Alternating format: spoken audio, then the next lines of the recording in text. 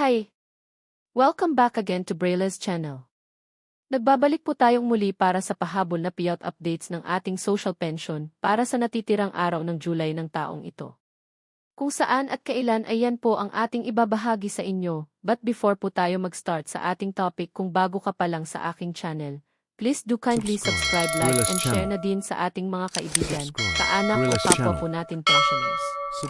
At please do share na din sa ating mga social media accounts para mas marami pa ang makaalam. With no further ado, let's begin na po sa ating topic. Just in. Pahabol na piyot ngayong July. 3,000 social pension for seniors beneficiaries. As per schedule from July 20 hanggang July 31. Mga lugar alamin. Narito na pong muli ang mga bagong naglabas ng payout announcement para sa araw na ito.